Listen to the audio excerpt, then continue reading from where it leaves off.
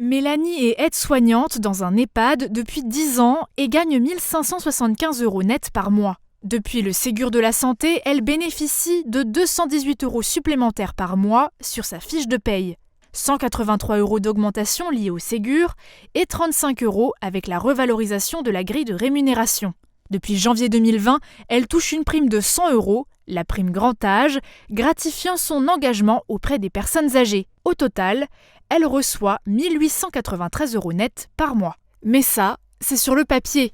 Cette amélioration salariale pour valoriser les agents sur le terrain arrive un peu tard. C'est l'avis de Fatih, aide-soignante depuis 16 ans à l'EHPAD de Putelange. Je parle en mon nom et pas au nom de mes collègues. C'est juste du pipi de chat, du foutage de gueule pour nous faire taire. C'est pas ce qu'on demandait. On demande quand même à monter de catégorie pour les soignants, à être respectés. En tant que soignant, on ne nous respecte pas. Je suis rentrée en tant qu'ASH, on m'a payé ma formation d'aide-soignante. C'est un métier, quand je suis rentrée, c'était un métier qui me passionnait. Et si je n'étais pas aussi proche de la retraite, je me serais reconvertie. Ici, 54 agents travaillent à temps plein. Parmi les métiers bénéficiaires, il y a les agents administratifs, les agents des services hospitaliers, les agents de cuisine ou encore les infirmières. Nathalie exerce depuis 25 ans, l'an passé en Allemagne et depuis 5 mois à Putelange. Pour elle, les effectifs sont encore loin de coller à la réalité du terrain. On est en demande. C'est vrai que nous, tous les postes ne sont pas forcément pourvus, donc c'est pas franchement le reflet de la réalité en ce moment. Il nous manque un temps, donc on fait au mieux avec ce qu'on a. Si on aime son métier, ça passe. Après, ça peut être compliqué certains jours. Car ce sont des métiers difficiles et qui touchent à l'humain.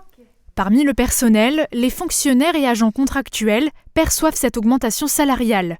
Et puis, il y a les autres, oubliés du Ségur. Alors nous avons des agents de contrat de droit privé, ce qu'on appelle les contrats uniques d'insertion. Ceux-là n'y ont pas droit.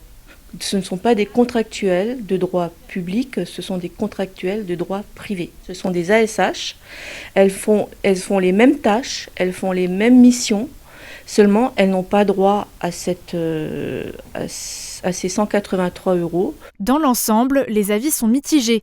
L'augmentation est bienvenue, mais pas suffisante. Il y a forcément beaucoup à faire. Il y a à faire en financier, mais il y a à faire en reconnaissance, il y a à faire par rapport au personnel, la charge de travail, il y a à faire aussi de renfort en personnel. Il y a encore beaucoup à faire.